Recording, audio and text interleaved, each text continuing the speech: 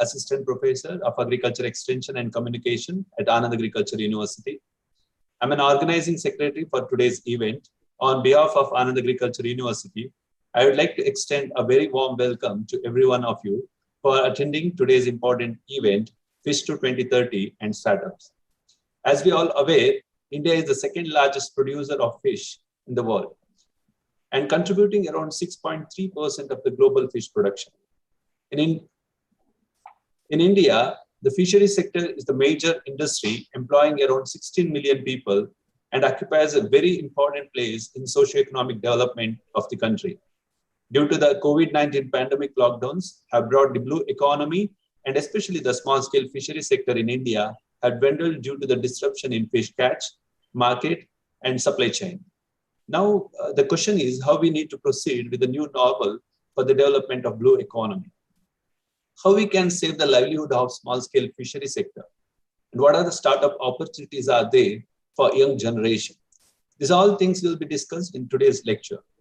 We thank you all for taking time out from your schedule and joining us in this important event virtually. We are honored and pleased to invite today's chief guest, Dr. S. Ayyappan, former Director of General, ICAR, and Secretary Day, currently serving as a Chancellor at Central Agriculture University, Imphal, and Chairman, Karnataka Science and Technology Academy. It's a huge privilege to have you with us at this special occasion. We welcome you, sir. I'm glad to welcome our Honorable Vice Chancellor, Dr. K.B. Kateria, for this important guest lecture. With the equal pleasure, I welcome Dr. M.K. Zala, Director of Research and Dean, Faculty of Postgraduate Studies, Anand Agriculture University, Anand. In addition, I cordially welcome Dr. R.S. Pundi, Principal, International Agribusiness Management Institute, Anand Agriculture University, Anand. He is a Principal Investigator of this project too. And I also welcome Dr. Shakti Panigri, a CCPA of this project for today's event.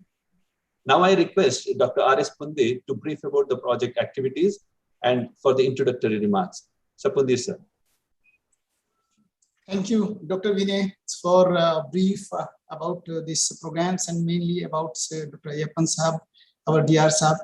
Recently, just few minutes back, Ayyappan Sahab, we have received a call from our Honorable Vice Chancellor.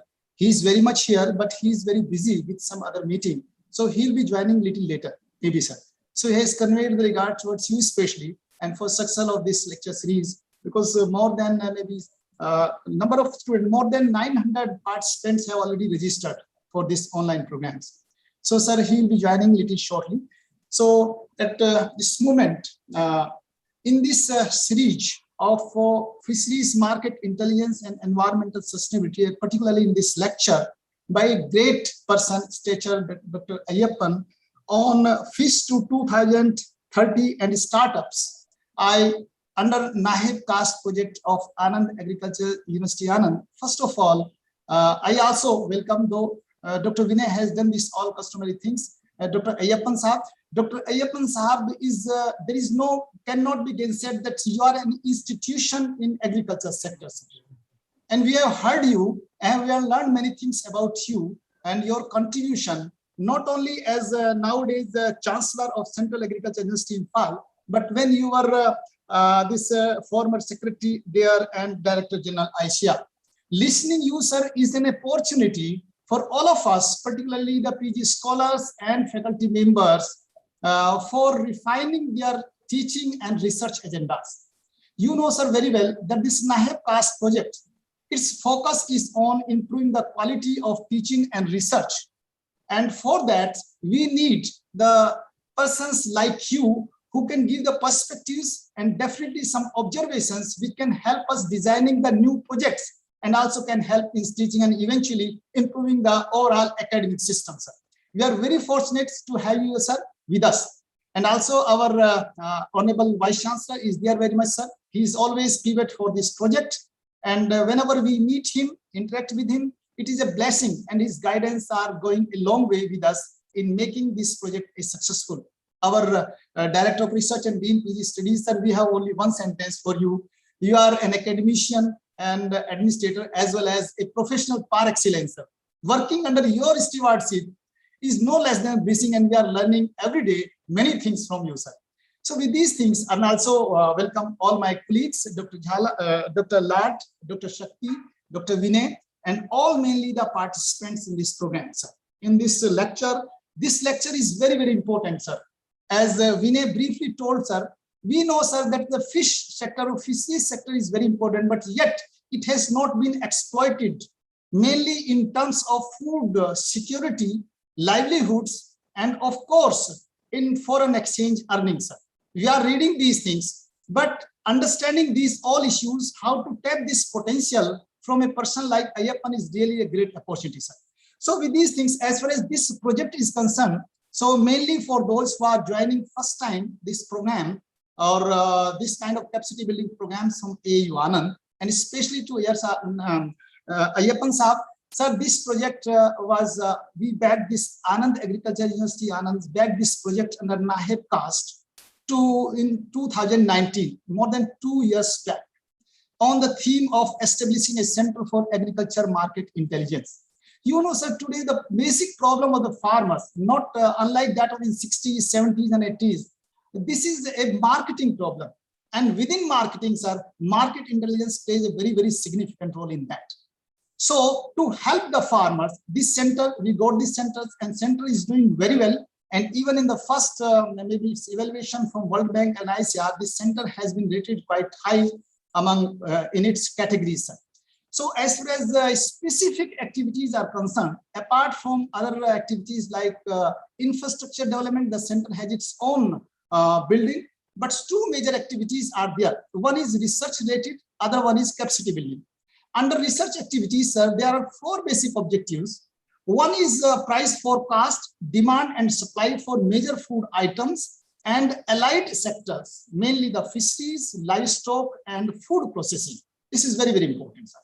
And for price forecast, this is a regular activity of this center on market intelligence, and we have received very good feedback, and our precision has been, or maybe validation has been 85 to more than 95% of our projections. So this is quite satisfactory, sir, when we see the review of literature and other centers working in this line.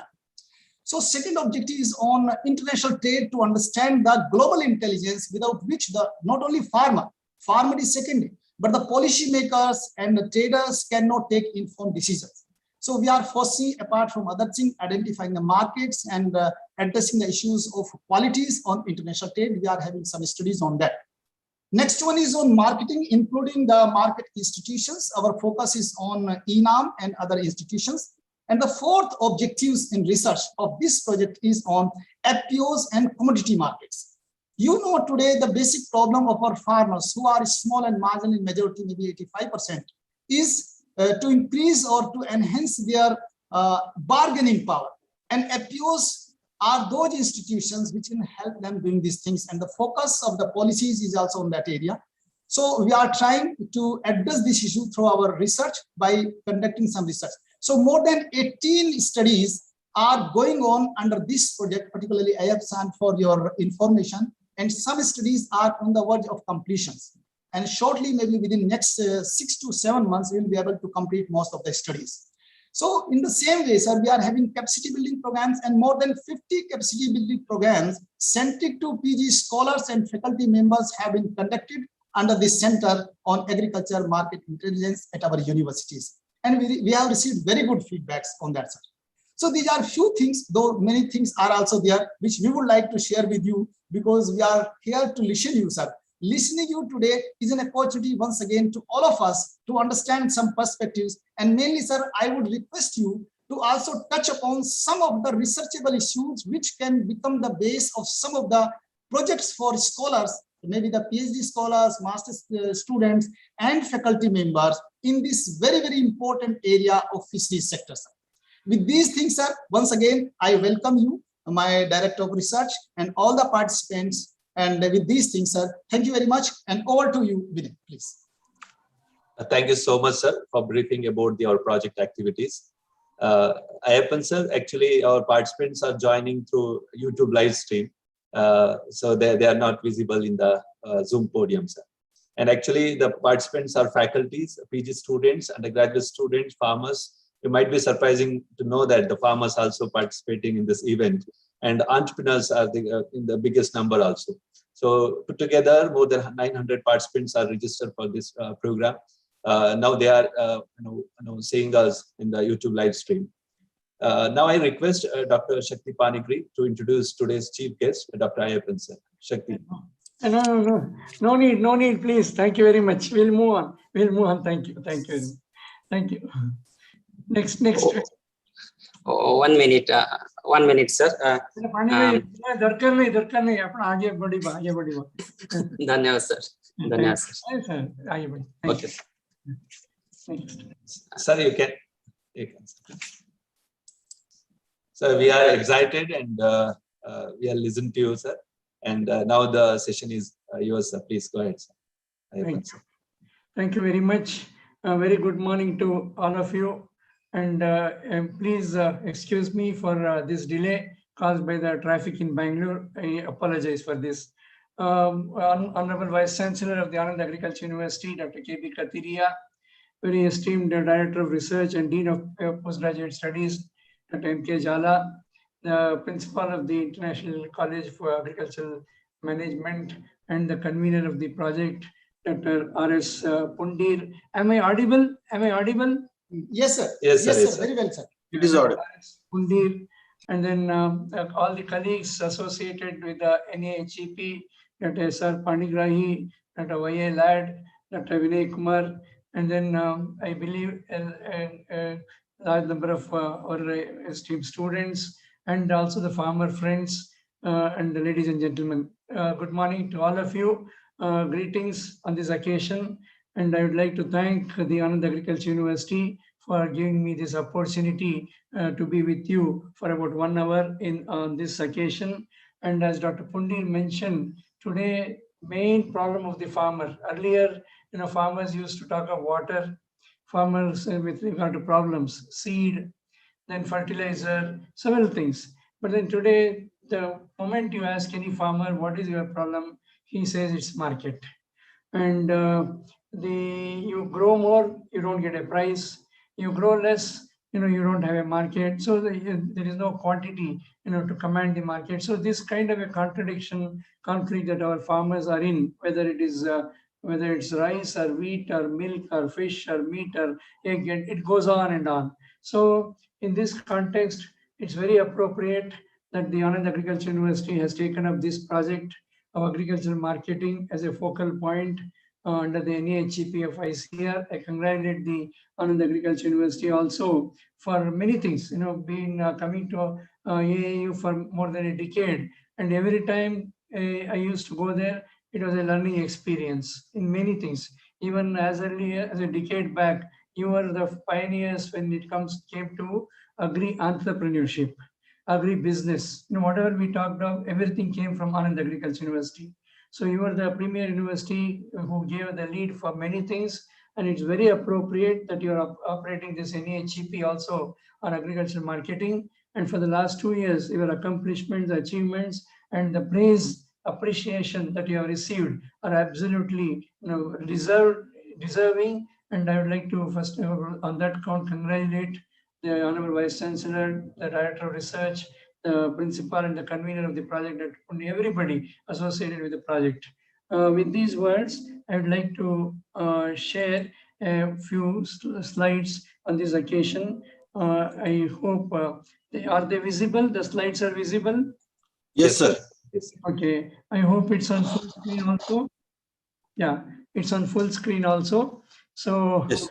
For about 50 to 60 minutes that have been allocated, and then मुझे और एक बार माफ़ी चाहता हूँ कि मैं कभी हुआ नहीं था ऐसा, लेकिन आज 15 मिनट देर हो गया ट्रैफिक की वजह से, जिसके लिए मैं पहले सभी का माफ़ी मांगता हूँ. और as was mentioned today, again thank you very much to all the colleagues in Anand Agriculture University that you have taken fish as a topic for today. As we all know, Gujarat has the longest coastline in the country. Of the 8,500 kilometers of coastline, Gujarat has 1,600 kilometers of coastline, and also very important reservoirs, huge reservoirs. So for both marine fisheries and inland fisheries and aquaculture, Gujarat becomes very important. And in the last last month we are talking of 75 years of the Central Inland Fisheries Research Institute in Barrackpur in Calcutta. 75 years of journey, observed along with the Indian independence. And there again we recalled, how Gujarat has been important. Though, I don't know how many of you eat fish. I'm sure, Panigrahi eats fish. But then the point is, many people know how much money is there in fish, and people also are coming with many startups when it comes to fish. And fish from Gujarat goes to Delhi, goes to Calcutta, goes to Mumbai, goes everywhere, all over. So it's very appropriate that you are talking of fish to 2030, and also the startups, potentials of startups, possibilities of startups in this particular domain. So for this, I'd like to thank the Anand Agriculture University. And with these words, of course, Gujarati में ज़्यादा और बोल नहीं सकता हूँ, तो English में ही बात करूँगा. So I'm sure it is okay. And then with this, if a few students get attracted to startups in fish, our objective is achieved. And here I'd like to bring this slide before you every time. This is the Millennium Development Goals to the Sustainable Development Goals, SDGs, that we are all dealing with. Whether I'm a student of agriculture or engineering or medicine, doesn't matter. We all have been in this context of sustainable development goals. There are 17 goals started in 2015 to be achieved by 2030. By 2030, another 9 years only left. So of that, 7 goals pertain to agriculture, whether it is no poverty, zero hunger, good health, and it goes on. And then including life below water, 14, goal 14, that pertains to fisheries and aquaculture. So it is a wholesome goal that we are talking of. At the same time, we produce food.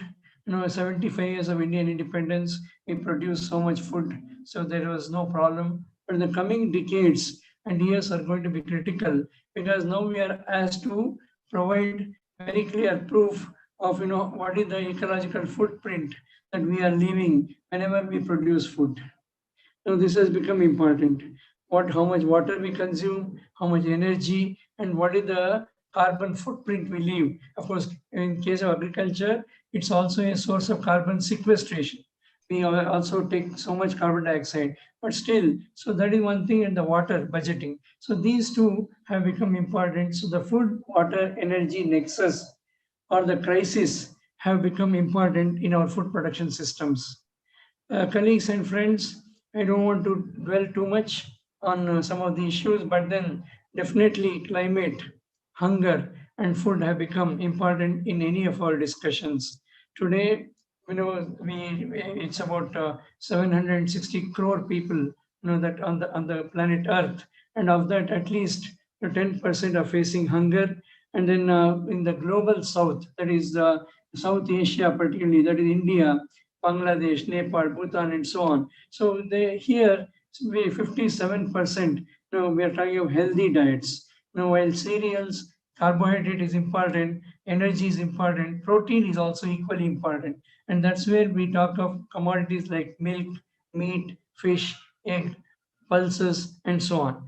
Now, what is required, particularly in the pandemic, that we are dealing with in the last 2 years, is more of protein, and more of protein. And when it comes to hunger index, again, we cannot be very proud. We are 102 among the 117 countries. To be very brief, the background is, 17% of the global, population on just 4% of water and 2%, 2.5% of land. That's what we are in India. And 15% of the livestock.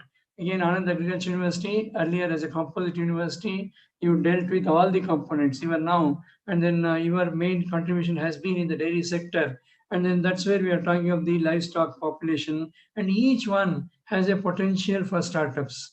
And these are some of the other things. What we would like to say is agriculture, though only 16% of the national GDP, nearly half of the population still depend on agriculture. So if there is no agriculture, there cannot be any other enterprise. Now, this is where I'm sure you would appreciate. First, I brought up footprints of agriculture. This is footprints of agriculture. right from the beginning. The top left photograph is of Mahatma Gandhi and Pandit Madan Mohan Malviya. I'm showing this photograph because maybe Mahatma Gandhi was the, was into startups even in 1927.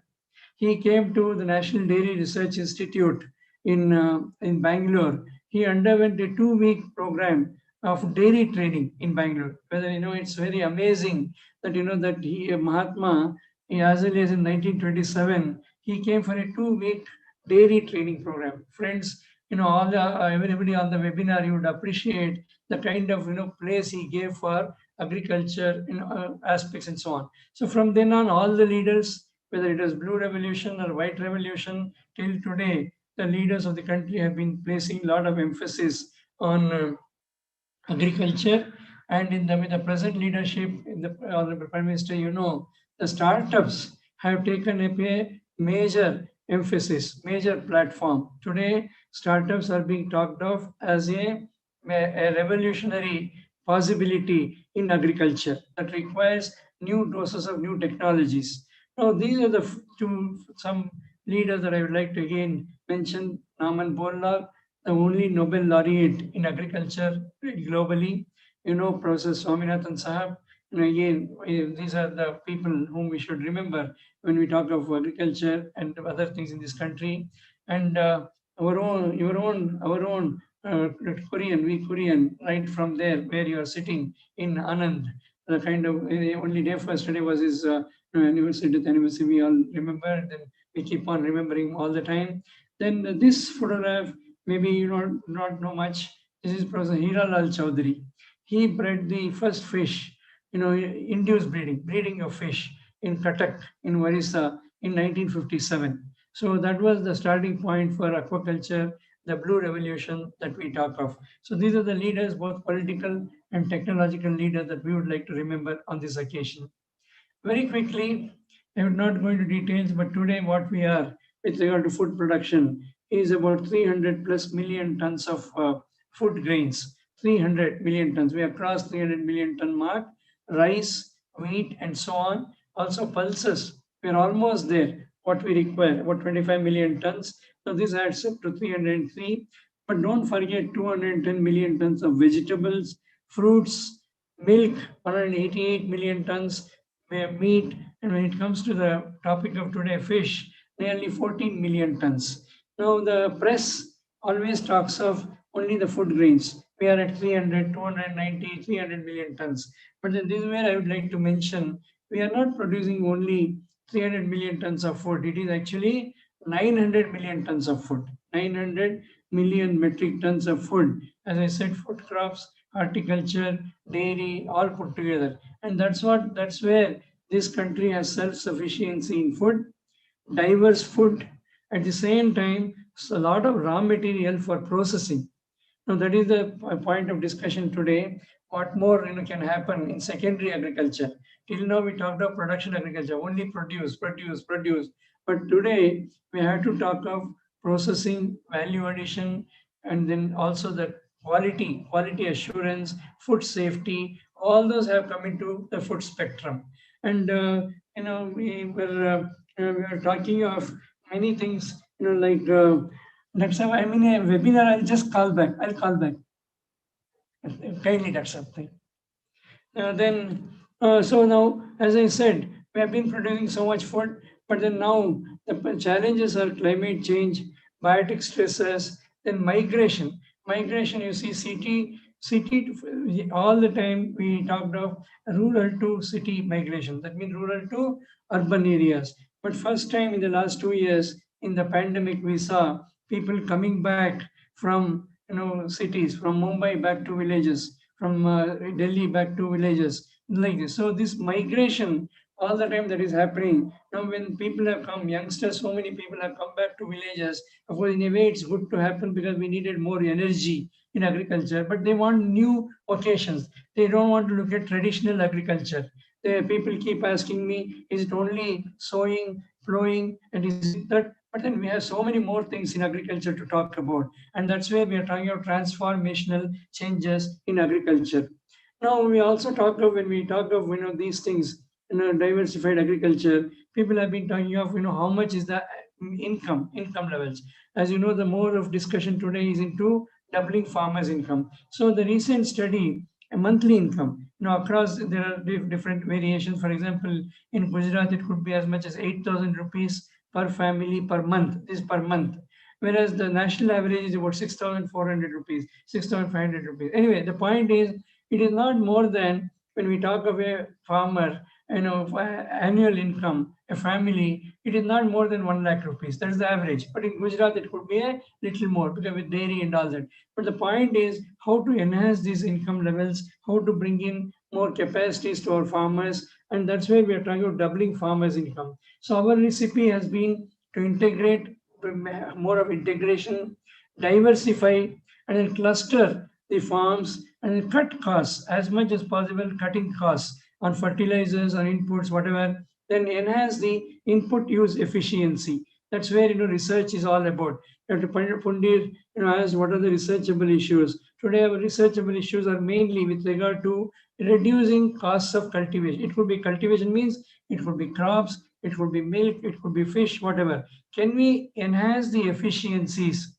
Fertilizer use efficiency, for example. So whatever we add, can we enhance the efficiency and cut costs? That is what research can do about. Second is we can enhance the yield. These are the only two things that we can do along with value addition. So these are the three things that we can do in research, and that's where we are talking of today, more of safe food, nutritious food, and also, as I mentioned, quality assurance, and also with regard to the residues. Today, another thing that has become very important is with regard to the residues, whether it is the pesticide residues, chemical residues, whatever. So people have been asking for residue-free food.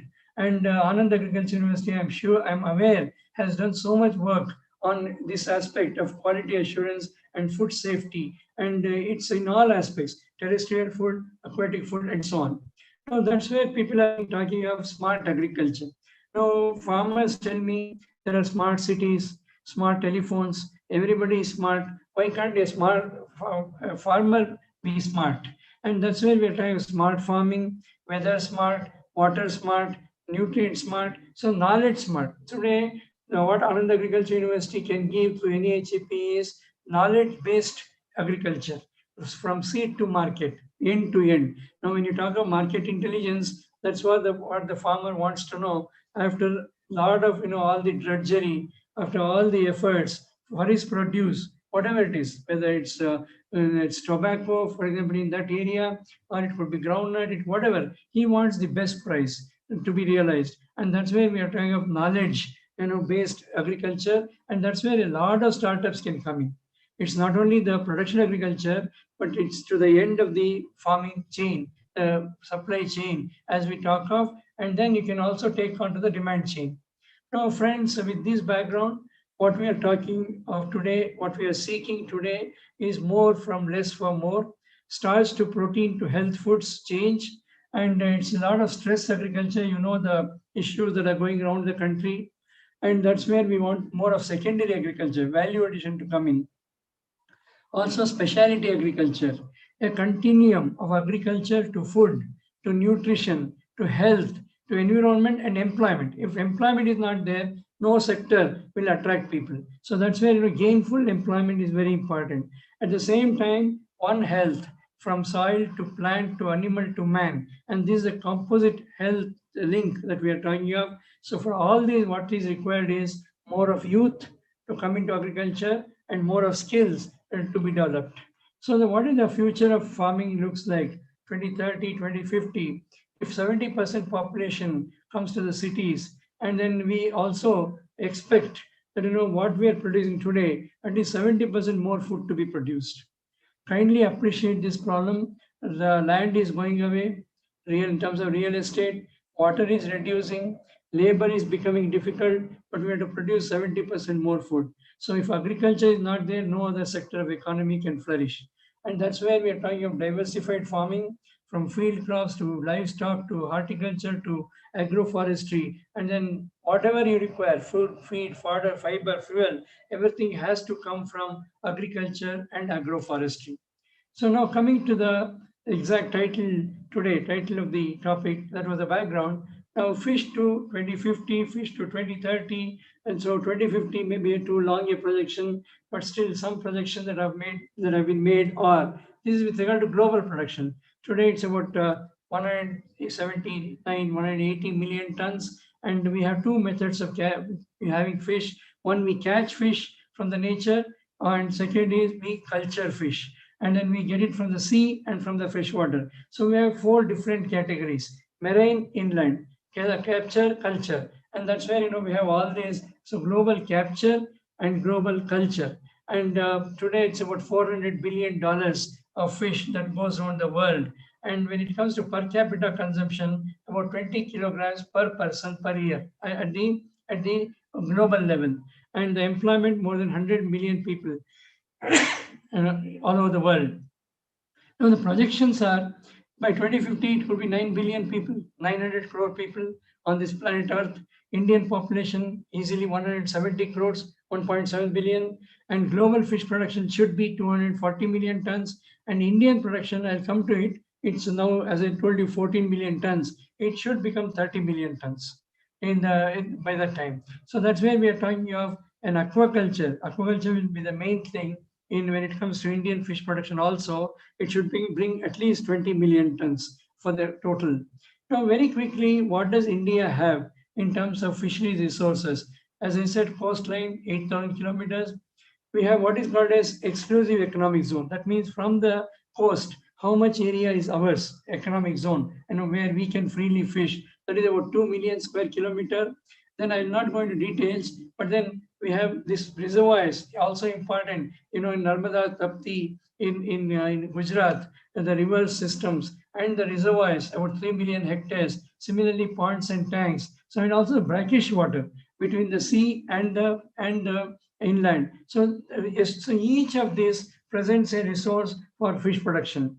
Now, what is the fish diversity of this country? How many species we have? Friends, today it's totally about 2,800 fish species which have been documented, which have been characterized, and of that, the fishes, like in freshwater, that means rivers, reservoirs, tanks, lakes, ponds, and so on. About 877 brackish water, I told you, estuaries between the freshwater and the sea, about 100 species. Marine, the sea, entirely marine sea fish population, about 1,500 species. So like this, and we also have a lot of what is called as exotic fishes. We have brought them from outside the country. It could be particularly in Kashmir, the trouts that we have brought in. Or when it comes to the carp culture, we brought the Chinese carps, about 50 years back. So these are all exotic species. And when we go to similarly shellfish is the shrimp, the prawn that you always talk of, the crabs. Now they are about 3,000 species. The mollusks about 5,000 species. Now this is the diversity, and this is what is important, and this is the main resource on which the fisheries and aquaculture depend on. Friends, it's also a good thing to know that several states have declared some of the fish species as their state fish, like the state animal, like the state bird, and so on. So, for example, in this case, there are different species of fish have been brought in, and then I'm sure every state. Some states have done. I'm sure all states would do this. So once they do it, they identify the most vulnerable species, most threatened species of fish in diversity, and most preferred fish in the market. And then they try to conserve, propagate, culture, provide support, and so on. That is what the state fish is about. Now, with regard to India, as I said, it's about 8 million tons of fish, or about 137 lakh tons. And as was also mentioned by Dr. Pundir, we earn about 50,000 crore rupees every year, and it's about 10% of the total exports that come from fish. And it's about 7% of the global share, and we are the second largest the fish producer when it comes to aquaculture after China, and we are the fourth largest seafood exporter, and the fish contributes to more than 1.2% to the national GDP, gross domestic product. And when it comes to the agricultural GDP, it's about 8%. So fish for food, for employment, for GDP, for export, it's that important. And then people have been talking of how much fish do we consume. There are some estimates, friends, with regard to meat. There have been detailed surveys, and the range of meat eating population ranges from 25% in Haryana and the northern area to 99% in Kerala, Tamil Nadu, and so on. Similarly, when it comes to fish, it's about, we calculate, by different means. I won't go into those details, but the point is, today we have about 10 kg of fish, per capita in this country, per 10 kg per person per year. We assume about 60% of the Indian population to be eating fish.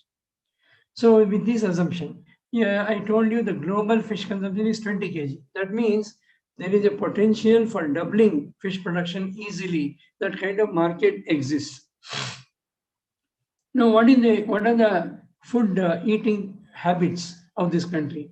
Of course, Gujarat, is very, very diversified. The Gujarati thali is so rich. So when you take the recipes and the different recipes in this country, it is more food diversity. It is more than 17,000 primary recipes. Primary. So each primary recipe can have another 50 secondary modifications easily, or it could be 100. So you will appreciate that there is a food diversity when it comes to food consumption patterns. So that's where I keep telling the startups, the new entrants, that you have immense possibilities. Today, the fastest growing sector all over the world and India is agro-processing. It could be high-level factories, it could be cottage industries, it could be domestic units, and so on. So, but the food processing, food delivery systems, ready to eat, ready to cook, these segments have become very important. Now, very quickly, what happened in the recent years is India, as I told you, is a 14 million ton fish country.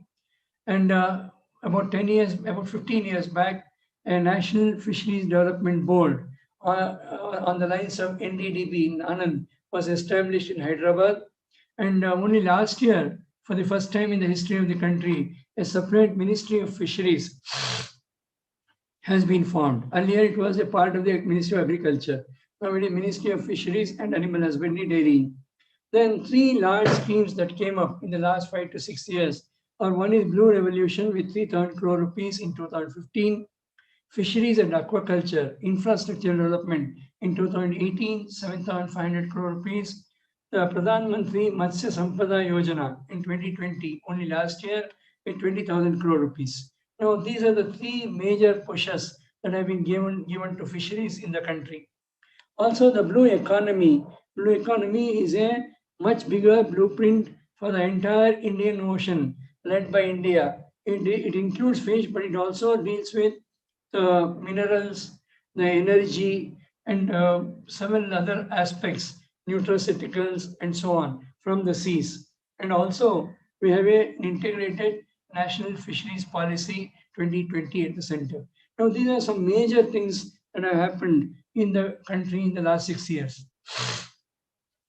As I told you, the development schemes, Blue Revolution, about 3,000 crores, and then the infrastructure development, and then the Pradhan Mantri Matsya Sampada Yojana is mainly looking at the business, the entrepreneurship, the startups, the incubators, and so on. Not only in agriculture, specific to fisheries and aquaculture. When I say fisheries, please appreciate fisheries is catching fish in the seas, in the reservoirs, in the rivers. Aquaculture is stocking the seed and, like agriculture, growing fish in ponds and tanks and lakes and so on. Now, Blue Revolution scheme, as I said, now the key outcomes of the Blue Revolution are we got from 10 million tons, we became 13.8 million tons in a matter of about 5 years. The exports increased so much from 33,000 crores to 47,000 crores. The productivity, the average productivity nationally increased by a ton from 2.3 ton per hectare per year. It became 3.3 ton per hectare per year. Now, these are the important jumps we have to see in fisheries and aquaculture. In the Sampada Yojana, mainly it is with regard to sustainable, responsible, inclusive and equitable fish production. Then fish production enhancement through intensification, diversification, and productive use of water. Similarly, doubling agriculture income, the doubling fishers and fishery with the fisher income. Then enhancing contribution to agriculture, GDP, and exports, as also the social, physical, and economic security for fishers and fish farmers. Then a robust fisheries management, because when it comes to the Indian Ocean, there are many other countries also catching fish. So fisheries management as a country is very important. So, and a regulatory framework. So all these have been talked of in the Pradhan Mantri, the Sampada Yojana. Now, very quickly, the central share is about 9,000 crore, state share about 5,000 crore, and beneficiaries who are coming into entrepreneurs about 5,000 crore. And it's also a package. It's also a part of the Atmanirbhar package. And here, in about 5 years' time, that means in the next 24-25, what is actually happening is there are many activities that I'm going to mention. Then it's also the fisheries development in the islands, the northeast, Himalayan states, and there are what are called as aspirational districts. Many districts that have been identified as for development. Now, key activities are with regard to inland fisheries, aquaculture, area expansion, and mariculture, sea cages. We have demonstrated the viability of cage farming in the seas. Then similarly, the recirculatory aquaculture system. This is a biofloc system, very important, high production levels possible, and then also the ornamental and recreational fisheries, seaweed cultivation, e-marketing, then reservoir development, aquatic health management. These are all some components of the Matsya Sampada Yojana. Coming further to infrastructure is with regard to the fishing harbors, landing centers, then monitoring control schemes, insurance of fishing vessels, post-harvest and cold chain infrastructure, the marketing, please appreciate fish markets used to be very bad. Now this is renovating, modernizing the fish markets, then fisheries extension and support services. Again here, private players have a lot of role. The deep sea fishing, which we are yet to harness in a big way, the integrated modern coastal fishing villages with their cold chain and so on. Similarly, the safety and security of fishers. Now, why I'm mentioning all this? Because in each of these, say reducing post-harvest losses from it's about 25% now. What we produce easily 1/4 of fish. You must have seen in Varavel in Gujarat itself. What kind of water quality or what kind of ice quality or how much of fish is lost without a cold chain and so on. So the point is how to reduce these post-harvest losses. Now these are all the points that have been incorporated in the scheme. Then with this, I'd like to very quickly bring you, what are all the components of fisheries? Very quickly, for example, marine fisheries. Today we produce about 3.5 million tons of fish from the seas. We are what is called as pelagic, the surface fish, and the bottom, demersal fish. We won't go into details, but the point is we can catch about 4 to 5 million tons of fish from the seas all around the country in the Andaman Nicobar and the Lakshadweep Islands. Now, very quickly, up to 100-meter distance, we can get about 3.8 million tons of fish of the 4.5 I'm talking of. Because the deeper you go into the seas, you will spend more on diesel, more of energy and so on. So now this is quickly, I won't read all these. These are for quick details.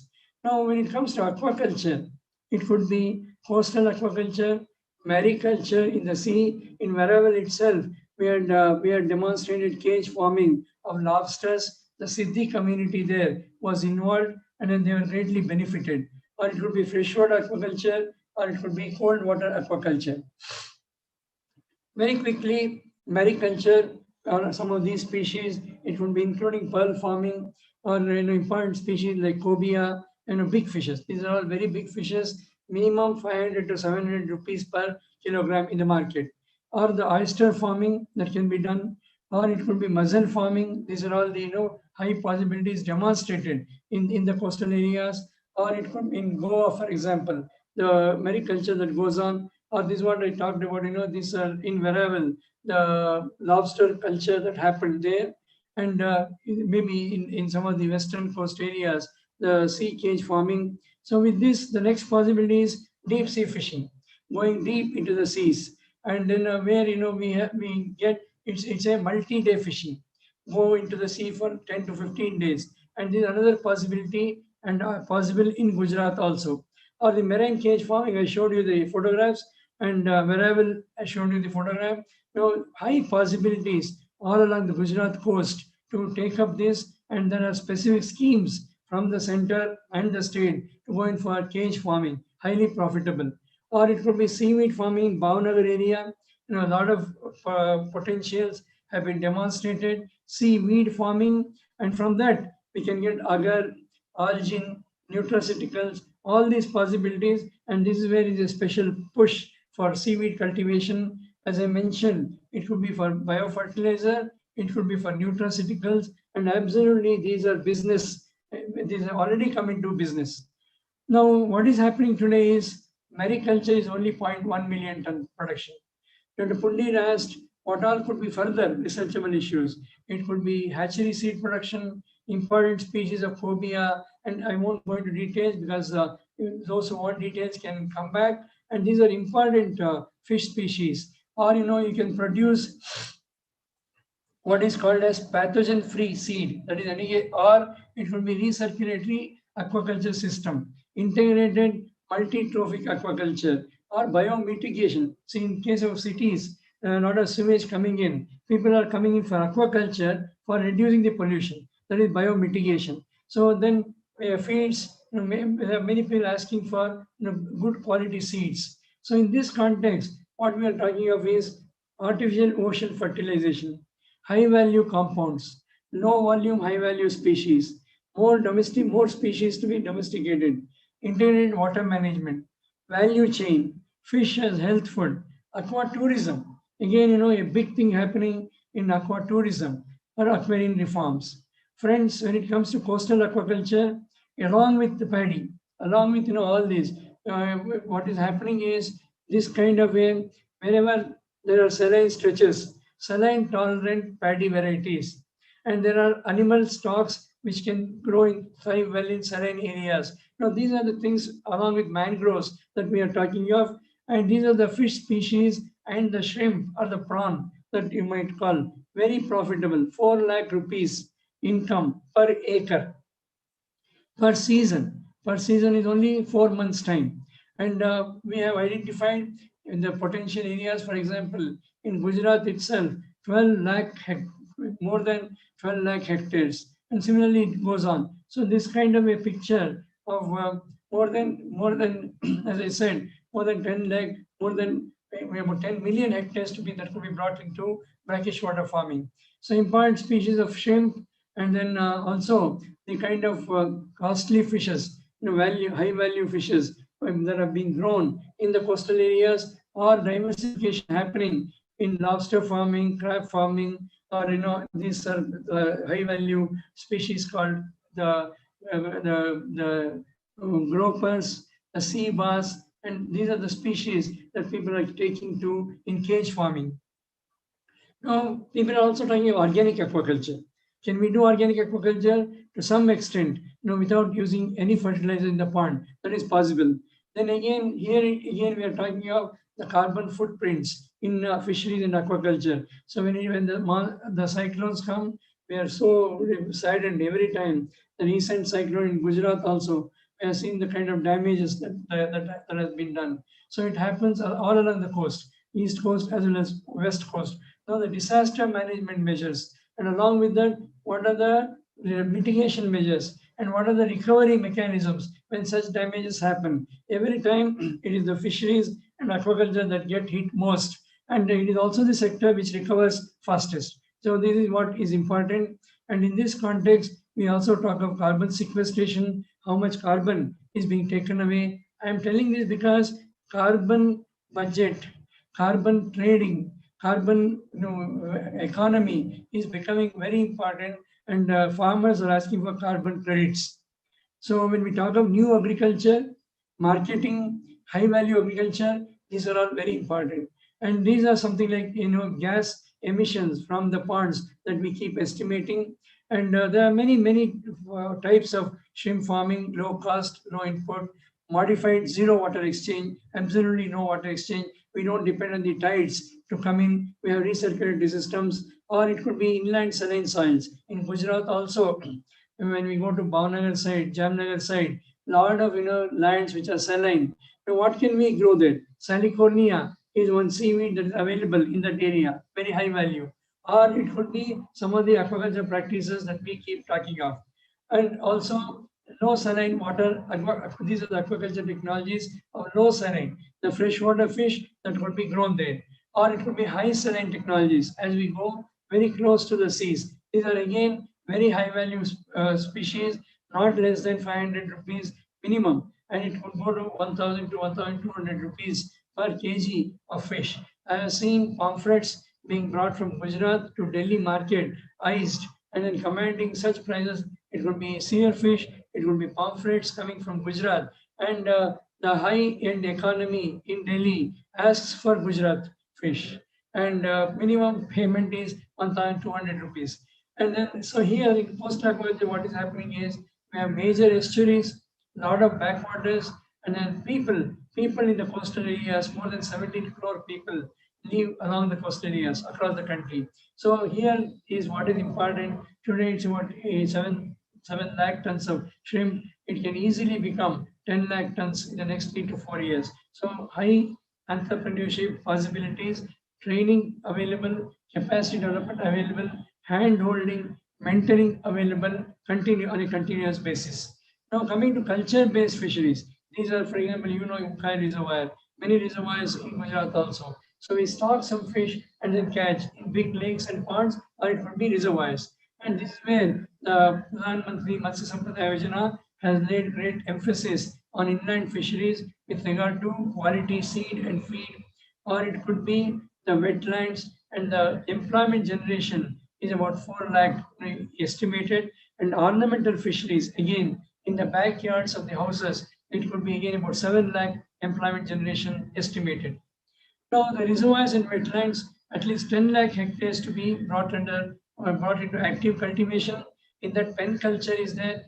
Cages are isolated structures. Pens are what we encircle a area of the estuary of the pond or lake. That is pen culture. So both pen and cage farming are intensive, and these can be done by entrepreneurs with the suitable support from the schemes available.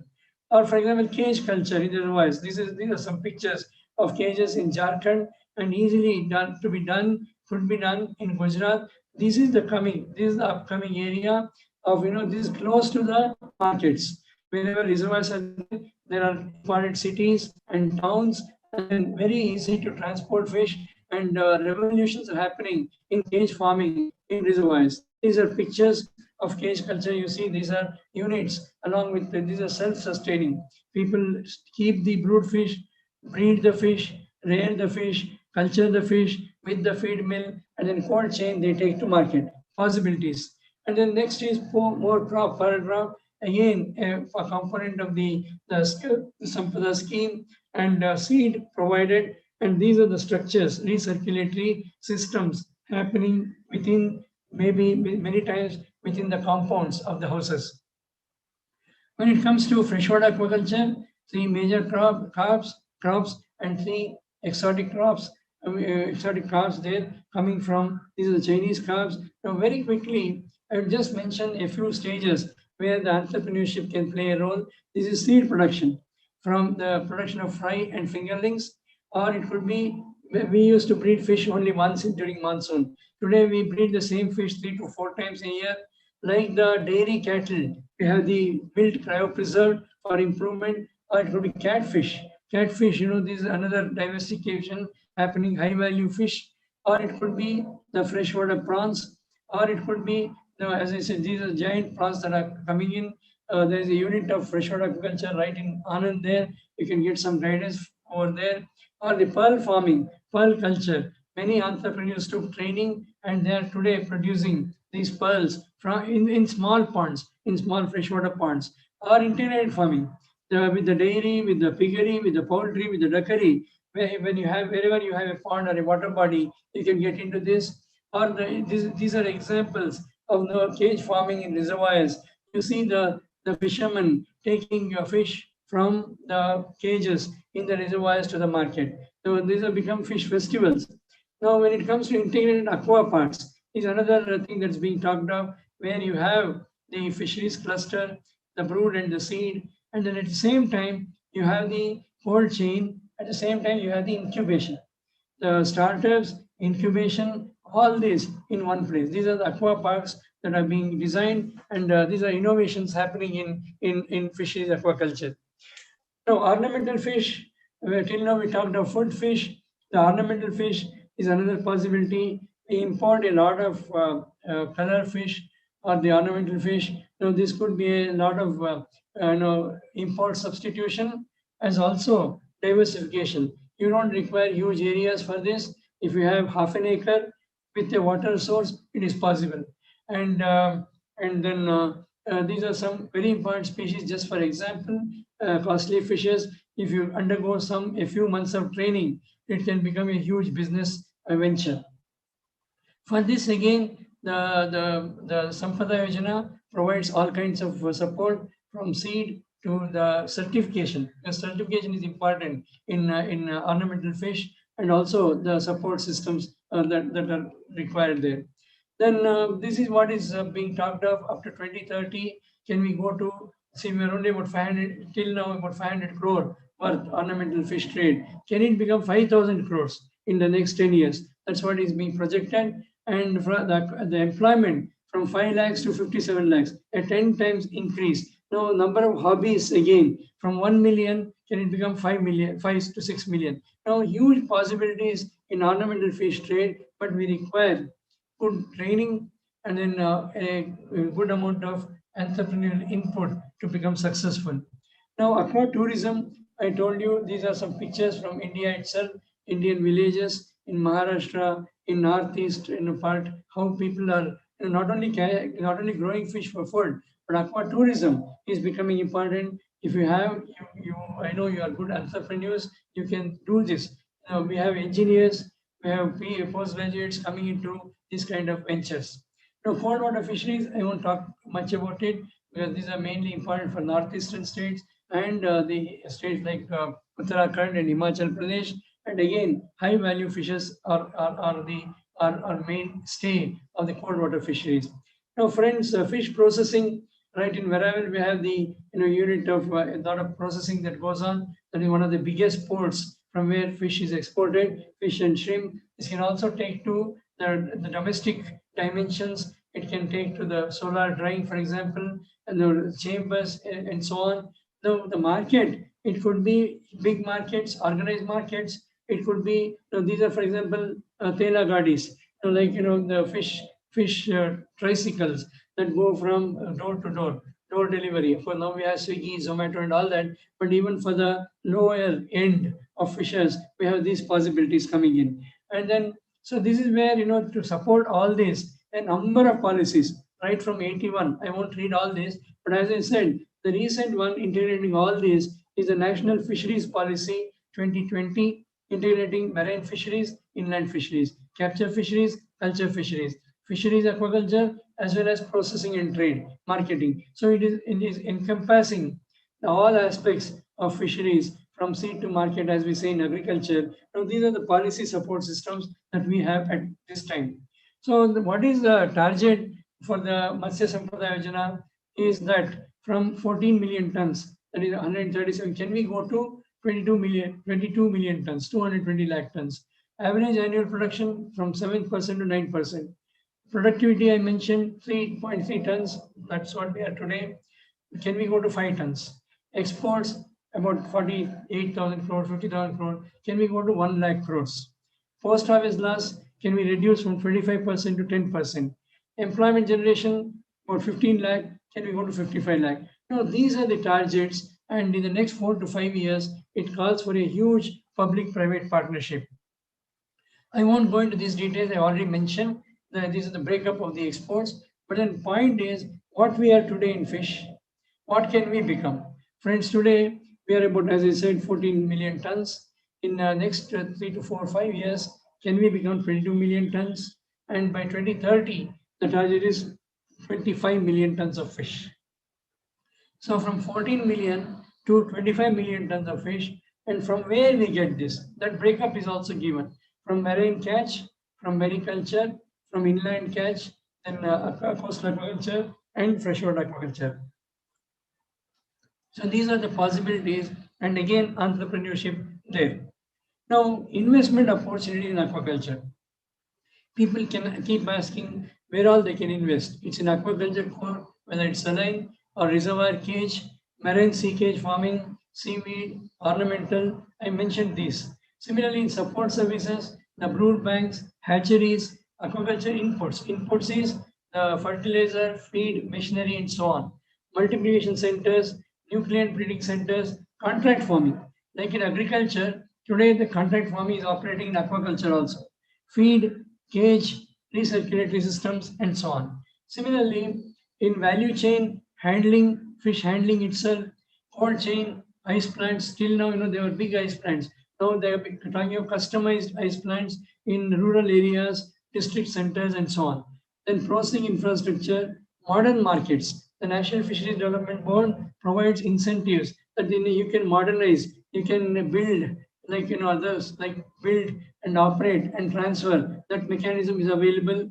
Value addition units, then distribution chains. So similarly, subsidiary industry, boat building, engine and motors, gear manufacturing, communication devices. So very important. When we are in the sea, we require so much of satellite communication. That's coming up. Safety appliances and aquarium manufacturing, aerators. I can go on and on. These are the many areas. That's why we are talking of entrepreneurial models. Again, in the Matsya Sampadaya Yojana, all these aspects have been provided for. Because normally people think agriculture means simply growing food, or a fishery means simply catching fish. No, it has so much of backward linkages, so much of forward linkages, and I'm sure in the International Institute of Agriculture Management, you are talking about all these aspects. Because that's where we are trying to attract youth. Many engineers are coming into agriculture, the new agriculture. So this is where we need to mention to people the high possibilities, and this is where we are talking of innovation. Innovation opportunities in terms of products to services, to several of those. And then in this context, innovations, for example, in water management, it could be for agriculture, it could be for aquaculture, or it could be floating horticulture, soil-less agriculture, vertical farming, hydroponics. Now these are couple talking of terrace farming, hydroponics. Again, these are all integrated. We don't want to separate agriculture so much, aquaculture, fishery, and so on. These are all integrated. Recycled water going to aquaculture after a little treatment, and again that is recycled back to the plant. These are actual photographs of people in India. I would like to mention these are all Indian photographs. Similarly, hydroponics. I showed you these photographs of aquatourism, or the local innovations that are happening across, the youth taking to in different forms. These are some photographs related to agriculture, but very important. Now, this way we are talking of food processing. 1 lakh crore rupees is the minimum loss of post-harvest losses that we have quantified in different crops and commodities, and these are official figures. I told you the range could be 6 to 25% when it comes to post-harvest losses, and that's what we would like to conserve and reduce, and that is where the possibility for startups, aggregation, handling, value addition, packaging, and so on. It goes on and on. So that's where a few photographs of primary to secondary agriculture in food, feed, fodder, fiber, fuel, everything. And that's where now we are talking of the agri-business incubators. Anand has been a classical example for incubators and also startups. And that's where we see new hope for the changing the farmer distress to farmer de-stress. I mean, that's what is important, to de-stress the farmer today. Because he is the Annadata, and then farmers tell me that, we are called Annadata, but then we have the same drudgery, same problems, same issues. At least can my son do something different? And that's where, these startups are for the sons of farmers. And then many people who can come into it. Now, agri startups, we have been monitoring in the whole world. The 4 top growing sectors are manufacturing and robotics is the first. But the second one is agri-tech and new food. Very second one is agri-tech and new food. The fastest growing subsectors, growth subsectors. Then comes, of course, blockchain, artificial intelligence, big data analytics. So please appreciate architect and new food is the fastest growing growth sector all over the world. And in India, of course, there are many more, you will have more data, more statistics. But then when we active, very active agri-techs, more than 600 of them, and we are happy. They're all agri-tech. I mean, of course, as a startup, we have more than 5,000 and all that. But then with the Niti Aayog, with the SFAC, with the NABARD, with several state governments, and with several universities coming in supporting startups, active agri startups, more than 600, and it is increasing by the day.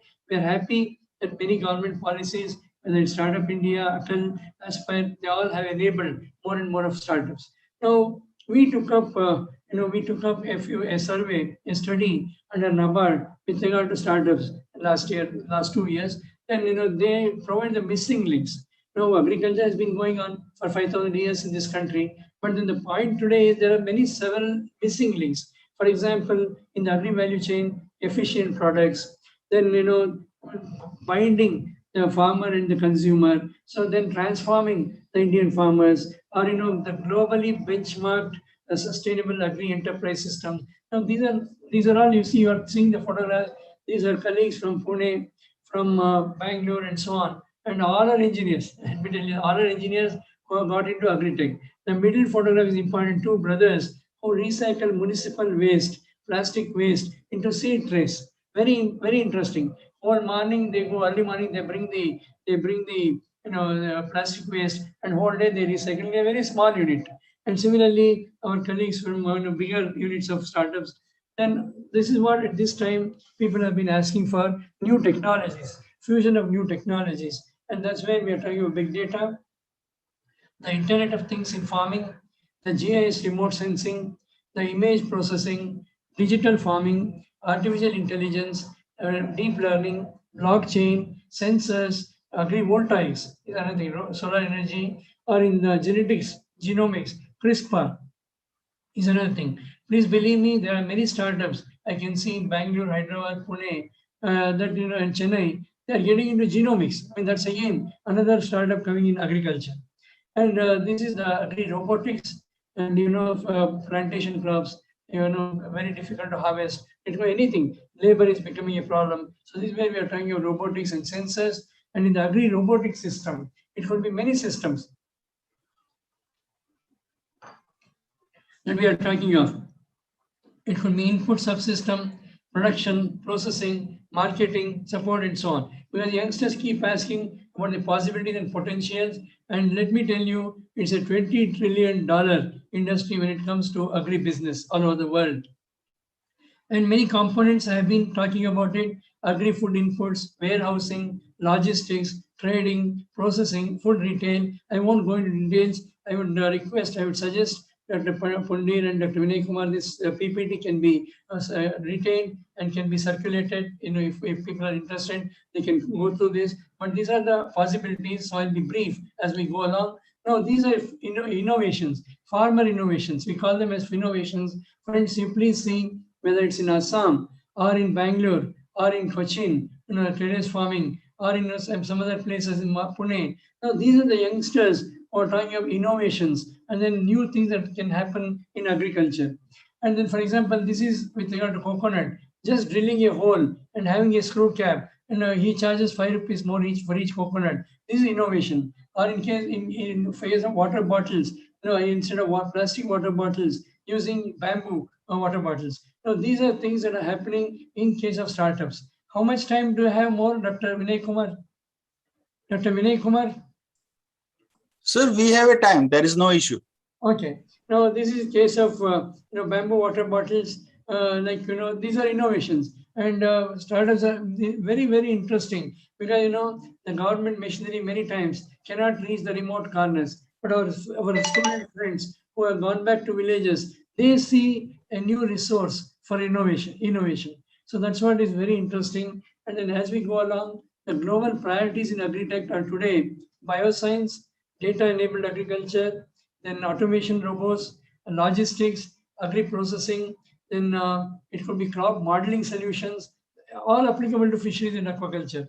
It could be satellite imageries and increasing use of drones And the major firms, you must be knowing, are Tata's, Tech Mahindra, Infosys, Cognizant, Accenture, ITC, into traditional into the classical agriculture, but also getting into aquaculture and fisheries in different ways. Now the domains, I won't repeat them. I already mentioned this. Now this is where big money is. And then if we are only thing is our request to the budding entrepreneurs is, one is a detailed study of what is possible in your area. Second is at least 3 years of constant work.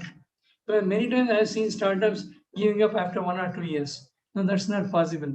We have to be there for 2 to 3 years to understand, to get an insight into these fisheries, aquaculture, agriculture, and understand the market. See, again, thanks to Anand Agriculture University, market is the most volatile, domain in link that we are talking of. So understand the market, then work on the backward linkages, and you will be successful.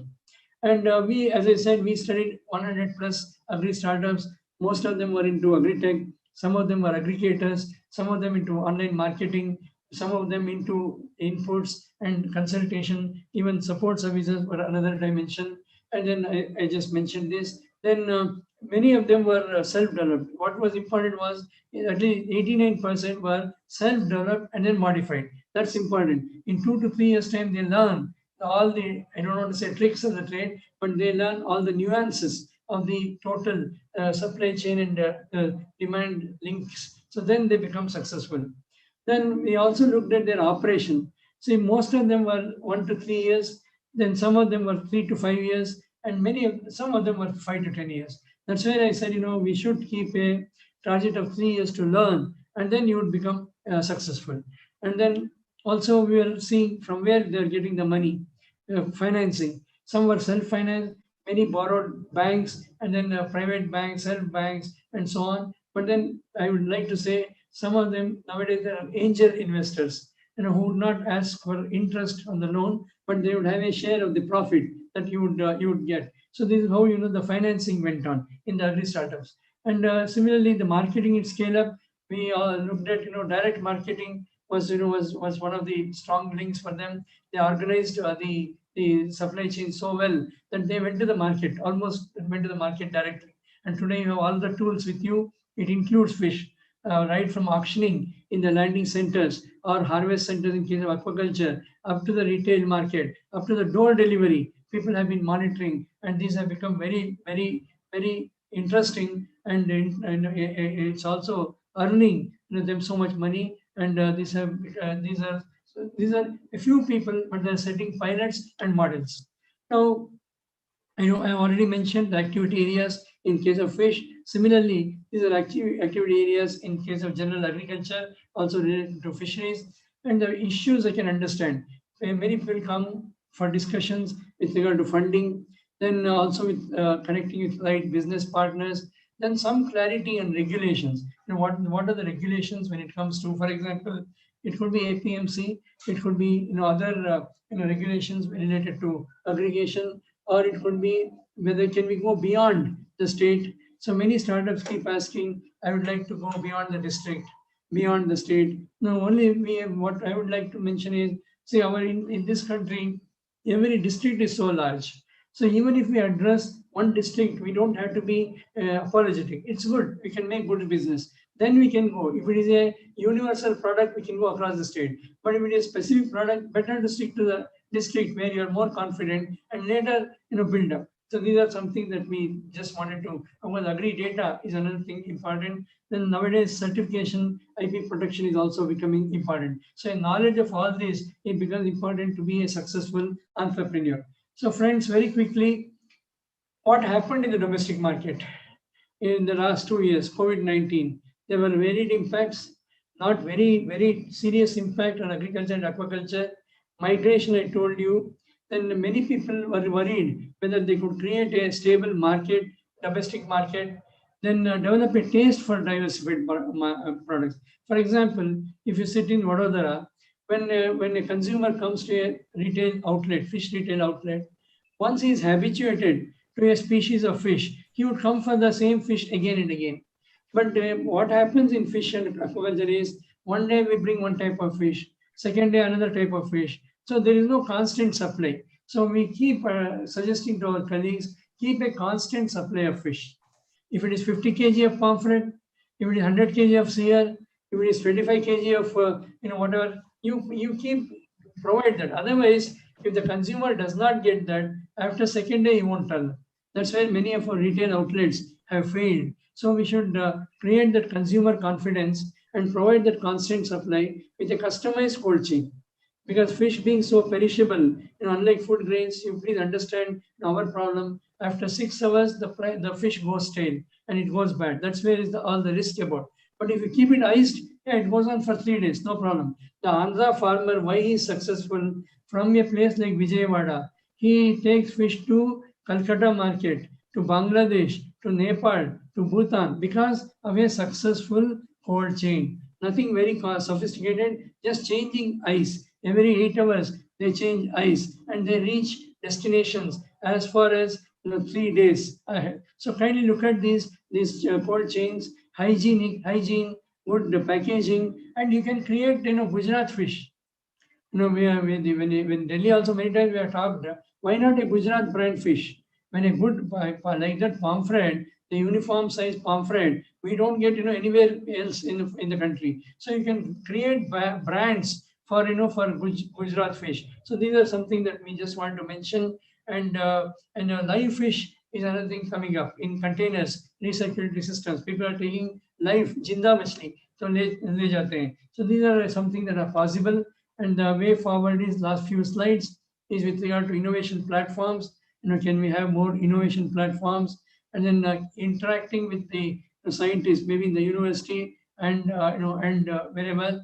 Then federating agri startups. This is what we also talked about. We have agri startups many times that Kundir, when they came to us, they told us that they are isolated and they are not able to talk to government department and so on. So that's why we said you can federate startups. 100 of you can form a federation for self-regulation, certification, quality assurance, and marketing activities, and other you can federate. Many startups think that I should only do, but I should only do is very difficult. Because competition is important. At the same time, you should also come together. This is what we have seen. Many startups initially they think that they can cover the entire market. We have been telling market is so big in this country, you don't have to be worried about the market size. But what we require is good mechanisms. So of complementing each other. Many startups, when we complemented, they started performing better than when they were doing in isolation. So kindly think about it. So compete, but at the same time cooperate. That is a request to the startups, whether it's in food grains or fruits or vegetables or milk or in case of fish. Now, this is where, fortunately, the Matsya Sampada Yojana taking the cue from all these pilots, demonstrations, ideas have provided in this scheme very, very clearly innovation, incubation, and startup in fisheries. I'm not talking about general agriculture.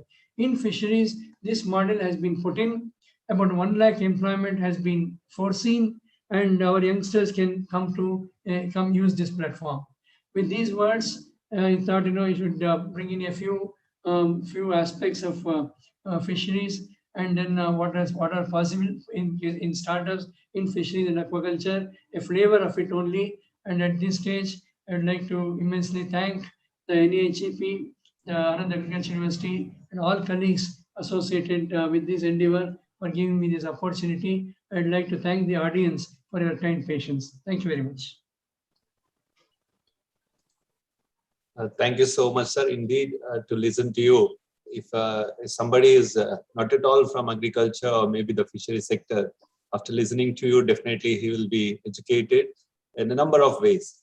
And as you said, the people are from the non-agriculture or non-fishery background, coming to the agriculture sector as a startup opportunity to build the entrepreneurship in this sector. Sir, if you permit, we have a few questions. Okay. So one thing that you have said, we have to go for the vertical expansion of the aquaculture. But the farmers here, they are facing the poor quality of clam seed. How to address this in the production system? Can we go with something like a public-private partnership model to address these issues? Yeah.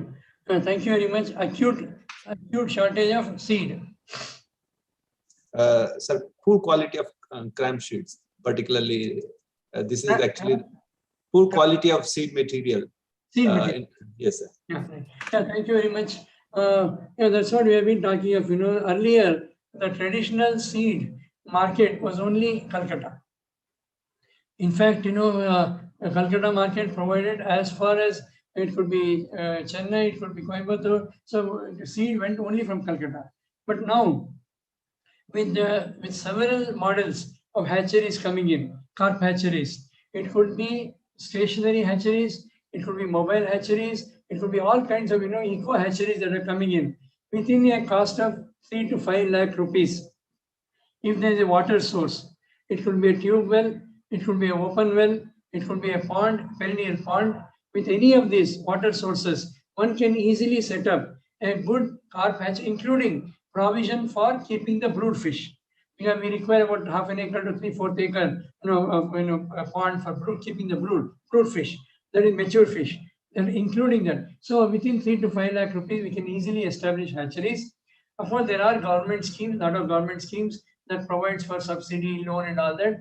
But given the entrepreneurship in Gujarat, I don't think you require that. You can easily. So anybody interested, one is you can get to the nearest state department, or the SIFA center is in Anand itself, right there, or in Vadodara there is a fisheries institute center, or anywhere on the websites and whatever. You can easily undergo a small training, 3 to 5 days training program, and work. What I request is work with a fish farmer. One is undergoing a training, that is one thing. But the best is to work with a fish farmer who is already there. Work with a fish farmer during the breeding season for just 15 days. You would learn everything about fish. So then you can produce your own fish seed. And as in agriculture, seed production is the most economic activity, highly profitable activity. Within 2 to 3 years, there are many people who have become very successful fish seed producers. Only thing is, I should be ready to get into water. I should be ready to get into the pond.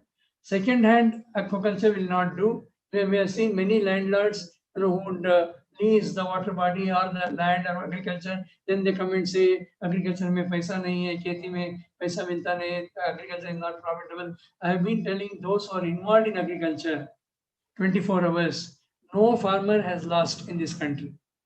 Agriculture brings that kind of profit, that kind of prestige, that kind of peace. Agriculture brings everything, but I have to be in the farm. I cannot be sitting in Mumbai and operating a remote control agriculture farm. That's not possible. You can operate a drone, but not a agri farm. Is it right? Thank you very much. So one more question, sir. So we know that nowadays more with respect to the self-resilience and all. And the agriculture sectors, there is a good promotions of farmers, producers, companies and all. And you also know that in Gujarat, this dairy sector cooperative model is huge success. But we cannot see that much of success in agriculture sectors. And how to proceed these fish producers organization or fish producers company or cooperatives, make it this unorganized sector to the organized sector. Thank you very much. I am not so much an economist or a social scientist. I'm sure newer institution should be studying more in a very frank manner. It could be a coconut farmer, a coconut farmer producer organization, and all these things, So from what we studied, about 10% of the FPOs have been successful. It depends on the chief executive also, who he or she. I have seen some FPOs where a girl student, agri student, brought enormous change. They got in so much from production. They started having a custom hiring unit, a farm machinery, and so on. So they became that successful. But I also often saw, went and sat in many FPO meetings with the directors meeting. So heterogeneous it is. The moment they give 1,000 rupees, they keep expecting the result within 3 months' time. Because in a village atmosphere, whatever they put, they want results immediately. So many directors told me, sir, we want 1,000 रुपया देते हैं और 3 महीने में result चाहते हैं. So these are some problems in the FPOs. So they would compare. Earlier I was doing it alone. Today I have joined an FPO. What is that you have brought in? Of course, FPOs have many advantages. They get subsidized inputs. There are many things. But then for that to realize, it should take 2 to 3 years time incubation time.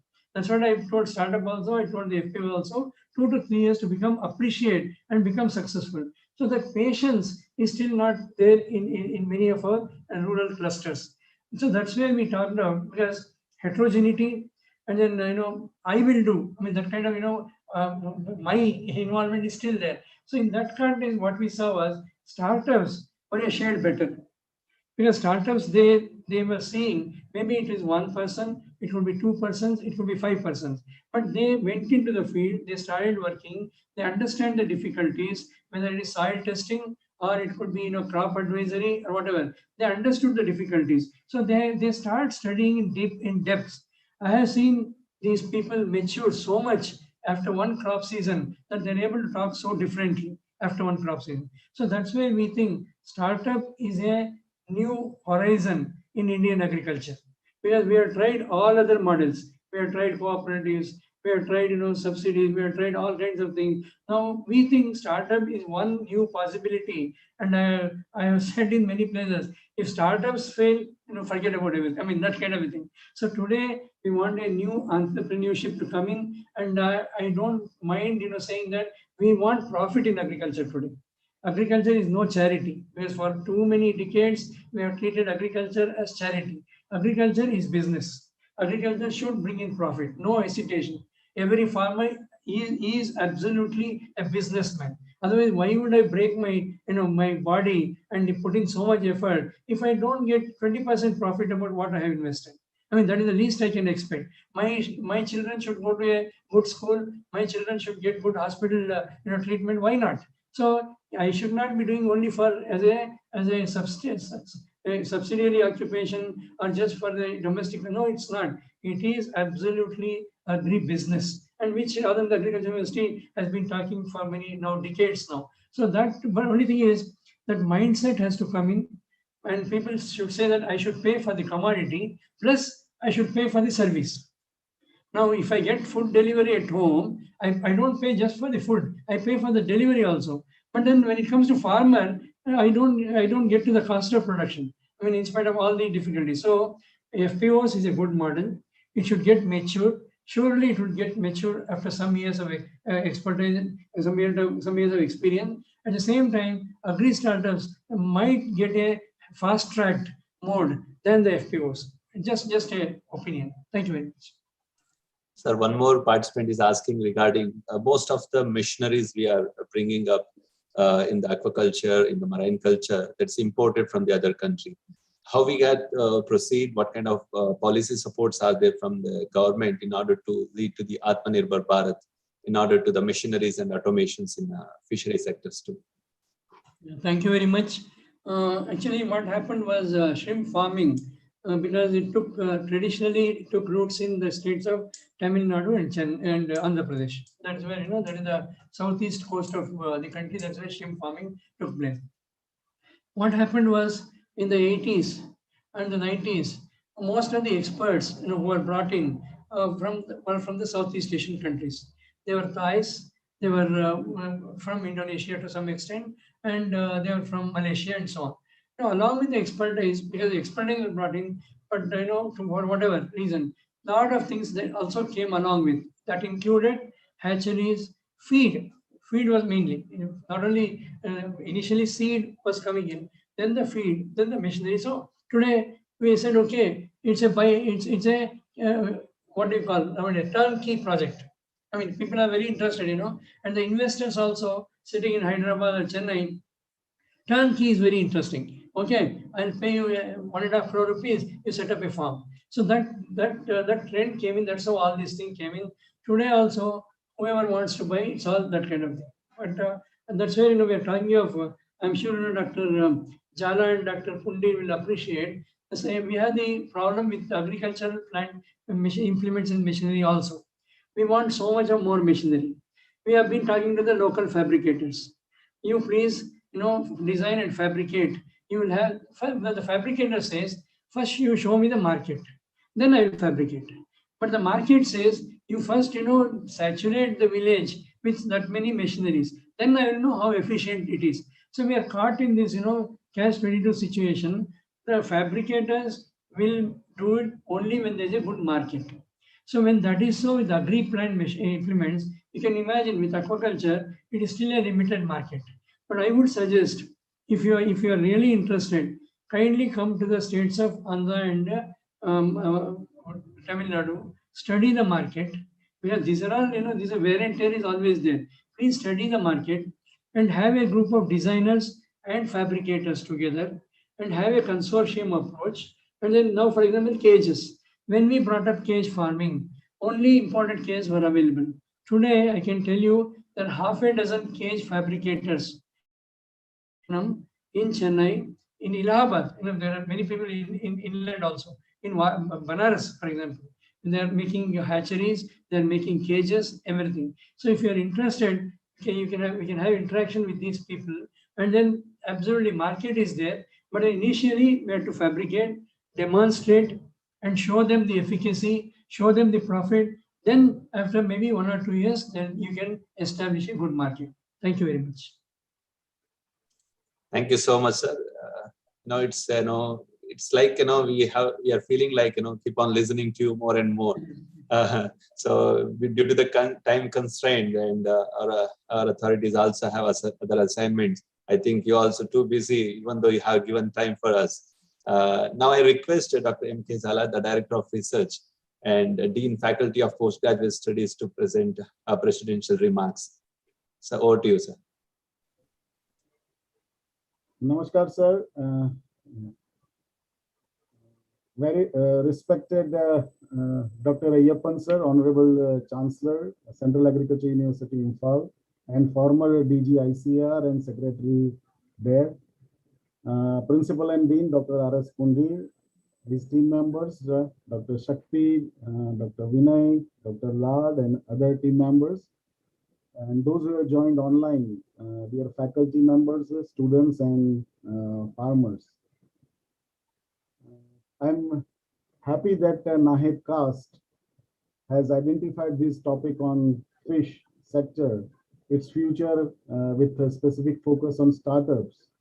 And I'm more happy that an authority on this subject like Dr. Ayyappan sir has been invited for this. And we are so much privileged, sir, to have you with us at our university. We cannot have a better person than you for this lecture series on this topic. As has been told, that this Nahid Cast has been a very prestigious project for our university. And we are, of course, the other details has been presented by Dr. Pundi. But we are committed to give useful outputs for the benefit of the farmers, the policymakers, and other stakeholders.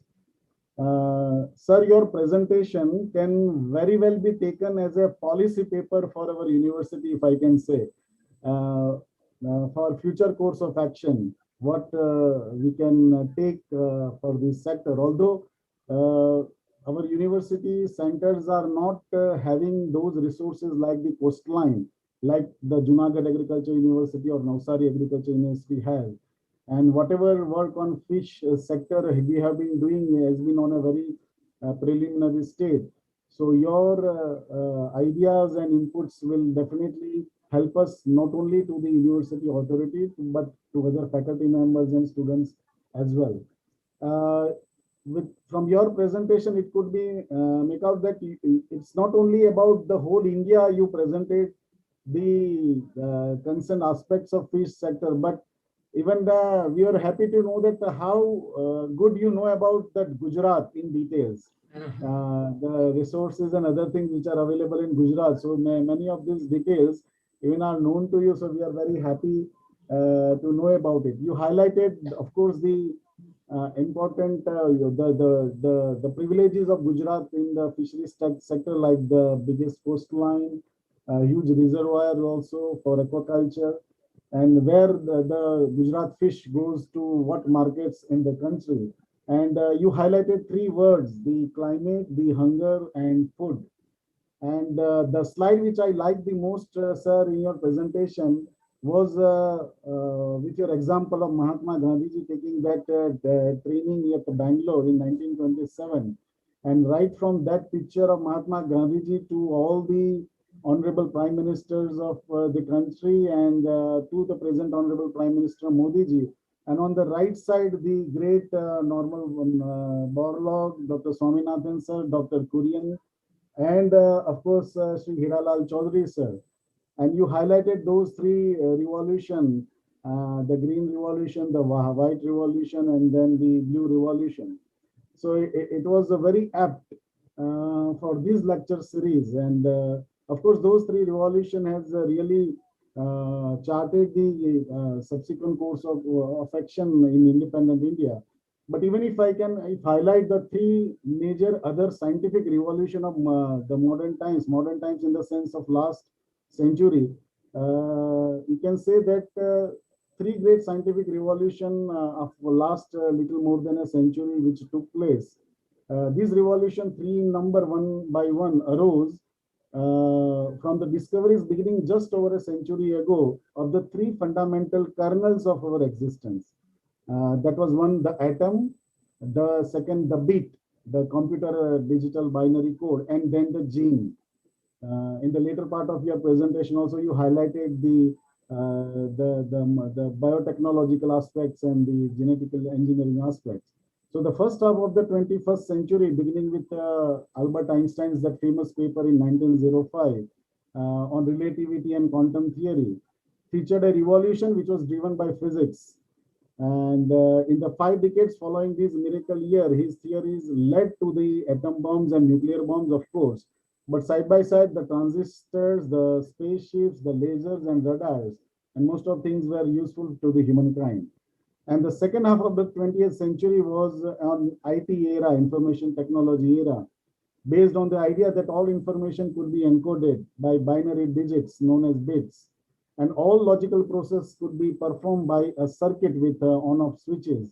In the 1950s, these led to the development of microchips, computers, and the internet, resulting into a digital revolution. And the third revolution which I want to highlight is that we have entered a third and even more momentous era of life science revolution. So now the children who study the digital coding will be joined by those who study the genetic code as well. And this has actually again brought into limelight the importance of research in basic science.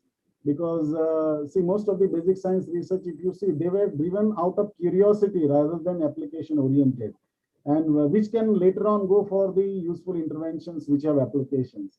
So if most of the major discoveries also, if we see in life sciences, they were curiosity driven. But one fundamental aspect of science will remain the same, that it has always been a collaboration across generation, from Darwin to Mendel to Watson and Crick, to even very later to Jennifer Doudna to Charpentier, who are responsible for inventing gene editing tools like CRISPR, and which is considered to be another major breakdown for the scientific community. So very aptly, sir, you highlighted the researchable issue in this area, like reducing cost of cultivation, reducing the residues, including the pesticide residues. And as you, of course, you have highlighted the contribution of Anand Agriculture University. We have a very well state-of-the-art laboratory of pesticide residue laboratory, NABL accredited laboratory, the results of which we are, they are valid at the international level, and we have been able to formulate certain MRLs for certain crops like cumins and others. And we have been working very hard for this pesticide residue laboratory. And then you, in that one slide, highlighted all those smart agriculture, like right from climate smart agriculture to knowledge smart agriculture, which was very apt. And Anand Agriculture University, of course, has been contributing in this era in through various forms. Like we have a very improved varieties. If I can say, in last 5 years only, we have released about 26 new crop varieties. Of course, right from 2004, the numbers are around 80, more than 80. But now in the last 5 years itself, we have released about 26 new crop varieties with a high production values, or with a high resistance to certain pests and diseases, or having some other nutraceutical benefits. And for this knowledge smart agriculture, we are also releasing recommendations for the farmers as well as for scientific community. And in last 5 years, we have made about 293 recommendations for useful for the farmers in last 5 years only. And it is not only from the scientists that we release this recommendation, but our extension wing, the Director of Extension Education, they take up the field level demonstration, the on-farm trials and adaptive trials, so that whatever technologies we are recommending, the farmers gain the confidence by adopting these technologies on his field.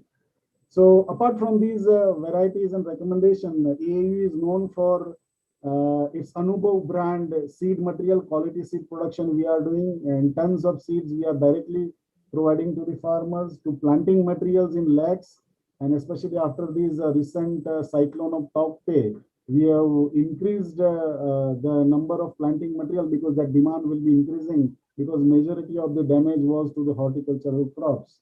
And of course, we have Anubhav brand biofertilizer, we have our Anubhav brand mineral mixture, and you'll be glad to know that of late we have started honey. We have a honey beekeeping, facilities created in at our entomology department. So that also we have started working on that. So as mentioned earlier, this demand of high value commodity, including the fish commodity, apart from horticulture, dairy and livestock, they are increasing faster day by day than that of food grains. And for most of the high value food commodities, demand is expected to increase by about 100%.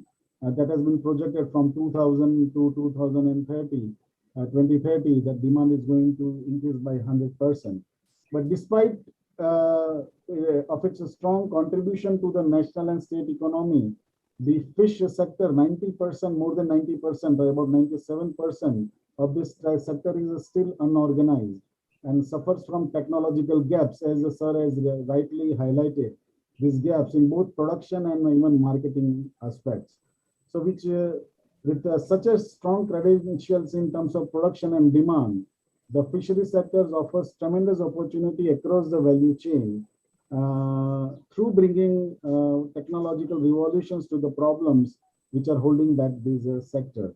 So considering the need of revolutionizing this sector, this webinar was actually conceptualized by our NAHED CAST team with an attempt to deliberate on these important issues concerning the resilience and sustainability of marine fisheries and aquaculture respectively. So thank you very much, sir, again for on behalf of Anand Agriculture University, our Honorable Vice Chancellor, Dr. K.D. Katheria, sir, has also asked me to convey his regards to you for this, for accepting our invitation. And of course, you have always been a support to various activities of AAU in past. And that help which we got from your good office at that time, we are now enjoying the results and the fruits of those the great help which were rendered by you in past, sir. So again, thank you very much, and I thank the organizer for giving me this opportunity. And sir, we are looking forward to be in touch with you for future course of action. Thank you very much, sir. Thank you very much, Dr. Sir. Thank you very much. Thank you, everybody. Thank you so much, sir, highlighting our university activities in collaboration with a number of activities in order to build the farmers' well-being, and also with respect to the development of future human resource in agriculture sector. As today's chief guest has mentioned, in order to be in the business, we need to be a competitive, collaborative, and cooperative, and also we need to upgrade with the newness in the business in order to stay in the business. And also we have to think being a serviceman in order to feed the nation, to a businessman in order to acquire proper socioeconomic status in the society. With this important note, I would like to request now Dr. Y.A. Lad, Joint Organizing Secretary, to present the vote of thanks. Thank you, Vinay. Respected speakers and participants, I, Dr. Yogesh Lad, Associate Professor CCPI of HRD Group. It is deemed to honor to propose vote of thanks.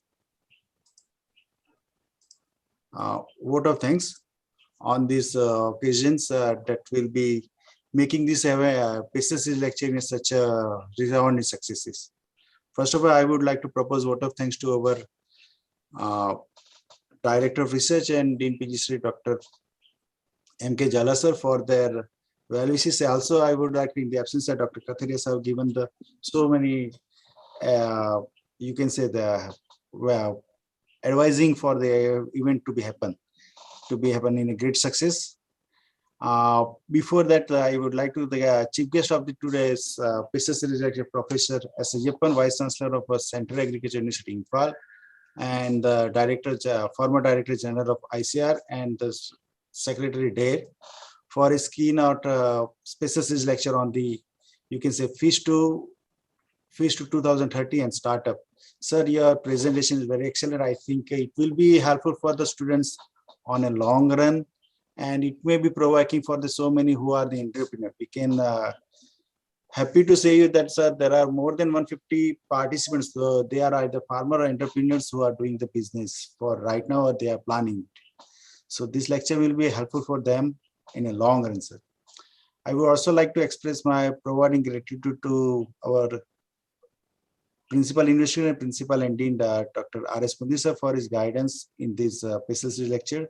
I would also like to thank our Organizing Secretary Dr. Vinay Kumar and the Joint Organizing Secretary Dr. Sakti Ranjan Panigiri for the planning and organized event in a, you can say, effective manner and rightly choose the topic for the same.